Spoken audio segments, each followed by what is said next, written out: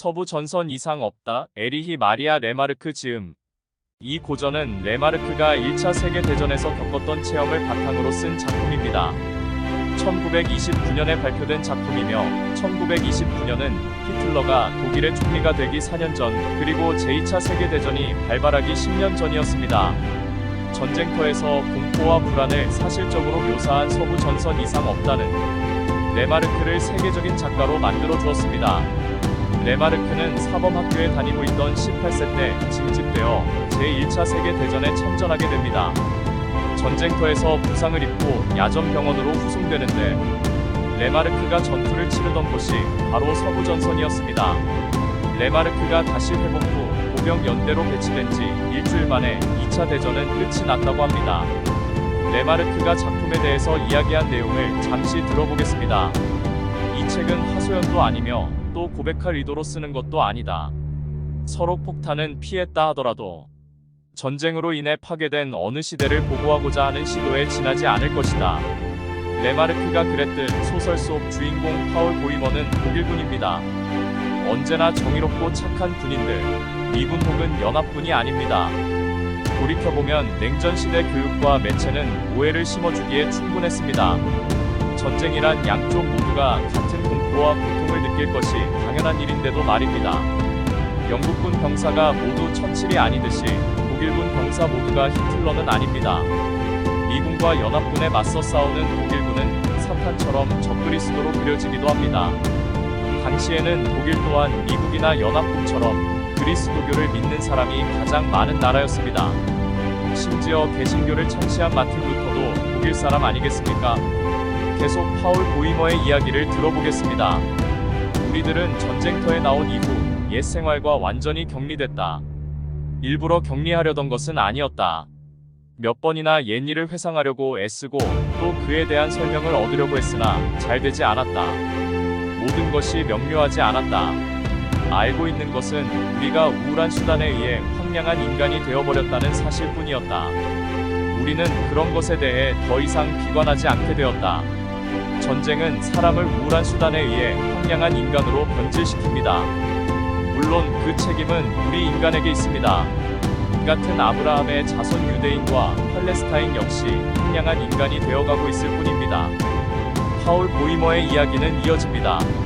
나와 위생병이 도착했을 때 캔머리인은 이미 죽어 있었다.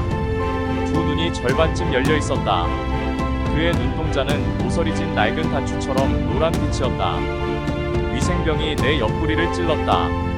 이 사내의 소지품은 자네가 가져가겠나? 나는 끄덕였다. 그러자 위생병이 덧붙였다. 이 시체는 곧 운반해야 해. 침대가 필요하거든. 복도까지 가득 차 있으니 말이야.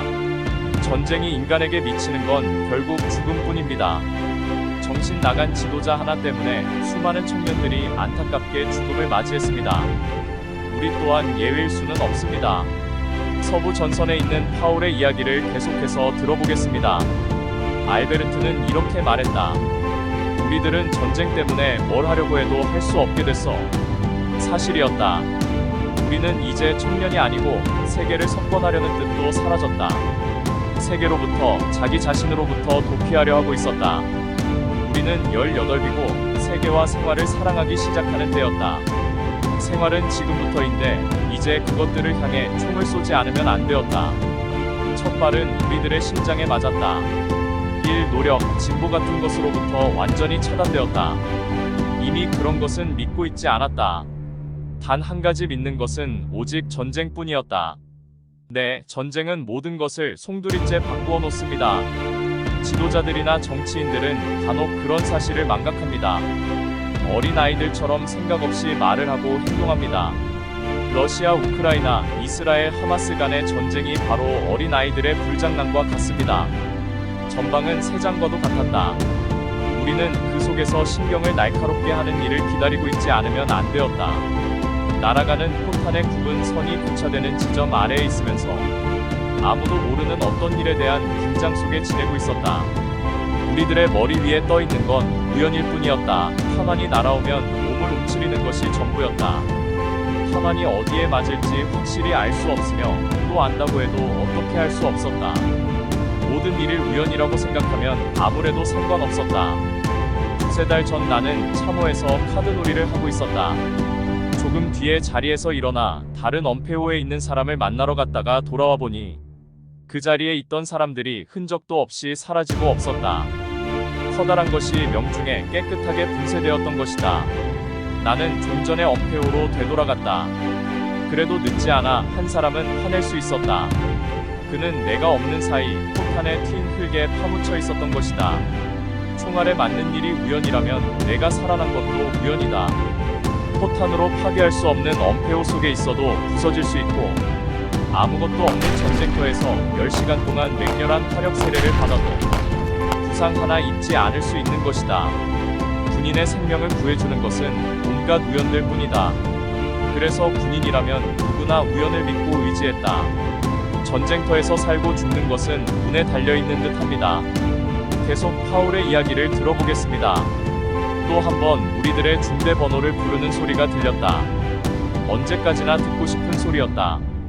야전병원이나 포탄 구멍 속에서는 들을 수 없는 소리니까. 다시 한번 제2중대는 이리로 와 하는 소리가 들렸다. 그 다음에는 낮은 소리로 이중대원은 이제 더 없나? 하고 소리쳤다. 마지막으로 약간 쉰 목소리가 이게 전부냐고 묻고 명령했다. 번호. 아침은 회색이다. 이제는 제법 찬바람이 불어오기 시작한다. 지난 여름 떠나올 무렵에는 150명이었다. 몹시 피곤한 목소리로 차례차례 번호가 불려졌다. 하나, 둘, 셋, 넷. 32까지 와서 더 이상 들리지 않았다. 잠시 동안 아무도 말을 하지 않고 있다가 이제 없나? 하고 묻는 소리가 들렸다. 각 군데. 낮은 목소리로 말을 시작했으나 뚝 끊어져 버리고 힘없는 소리가 이어졌다. 제2중대 앞으로 가. 일렬 종대로. 아주 짤막한 종대가 무거운 걸음걸이로 걷기 시작했다. 불과 32명만이. 우리들은 최전방으로 나가면 짐승과 다를 게 없었다. 그렇게 하는 것이 우리들의 생명을 보존하는 유일한 방법이었기 때문이다. 대신 그곳을 벗어나면 게으르고 무사태평했다. 캔머리히와 베스트후스는 죽었다. 크라멜은 명중탄을 맞아 그의 몸을 주워 모으는 것이 여간 힘든 일이 아니었다. 말테는 두 다리를 잃었다. 마이어도 죽고 바이엘과 햄멜링그도 죽었다. 120명이 어디선가 총을 맞고 뒹굴고 있을 것이다. 생각하면 두렵지만 그 일은 죽은 사람을 살려낼 수 있다면 그것이야말로 사람들이 놀랄만한 일임에 틀림없다. 며칠 후면 제 아들이 군복무를 위해 훈련소로 향합니다. 추운 겨울봄 성이 잘 지내다 오기를 기원하며 오늘의 고전 서부 전선 이상 없다를 마칩니다. 다음 고전 여행에서 인사드리겠습니다. 감사합니다.